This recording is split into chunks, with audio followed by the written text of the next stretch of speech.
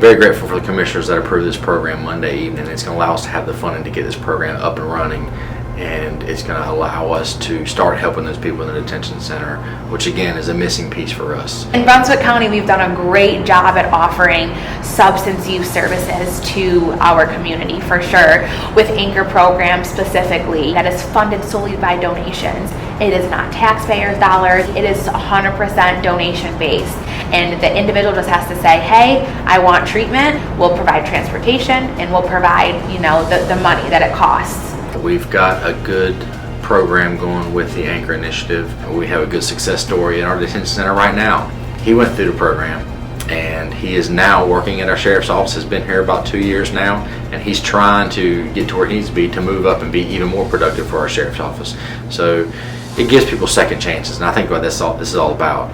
The main difference between the Anchor initiative and the ARROW program is going to be the fact that we're going to utilize these inside the detention center. I do a lot of work in the detention center, and I see a lot of individuals, and they're just kind of sitting there. They're not being rehabilitated. And it's nice to know that we had somebody in-house at the office that recognizes that need, took the initiative, and ran with it and got us to where we are today. So I'm very thankful for her. And ultimately, the goal of the ARROW program is to reduce recidivism. So we want to help the individuals while they're here. So when they get out, they're a productive member of the community versus someone that is then committing these crimes and back into the jail. And essentially that's costing taxpayers having our, jail at a higher population.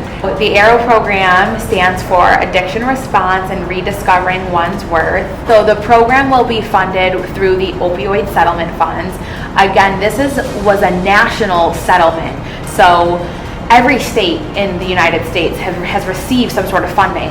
And this is a good way for us to utilize those opioid settlement funds to do good for the community and to try to cut down on the recidivism in and out of our detention center. So an individual that is in our detention center that has expressed interest in receiving substance use services will do an eligibility screening with the program coordinator, which will be myself. They'll get 2 different kinds of substance use therapy. So individual counseling will be done, and that's with Coastal Horizons.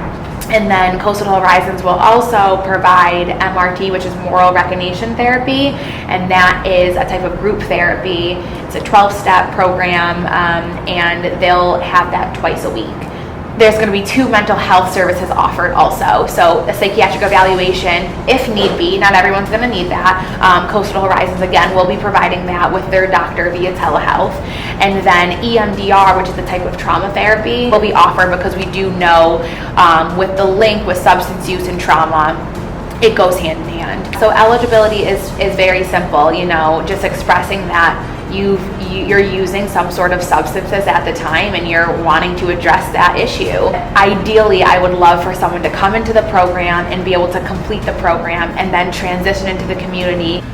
We've got a great working relationship with our county administration and our commissioners, and I want to thank them for the support that they've given us to start this program. This is one more thing that we can do as a sheriff's office to help our community. This is just another piece of the puzzle that we can use to combat this addiction, because at the end of the day, we can arrest all we want to, and we will do everything we can to arrest the dealers of this poison, but we've also got to work on the other side and work with the mental health and the addiction. It's hopefully going to cut down on the recidivism of people coming in and out of our detention center. And again, it's going to hopefully give us better citizens that are going to be productive in the community and want to give back. It's all about second chances, and we are actually giving them the tools that they need, hopefully, to get a second chance and be productive members of this community.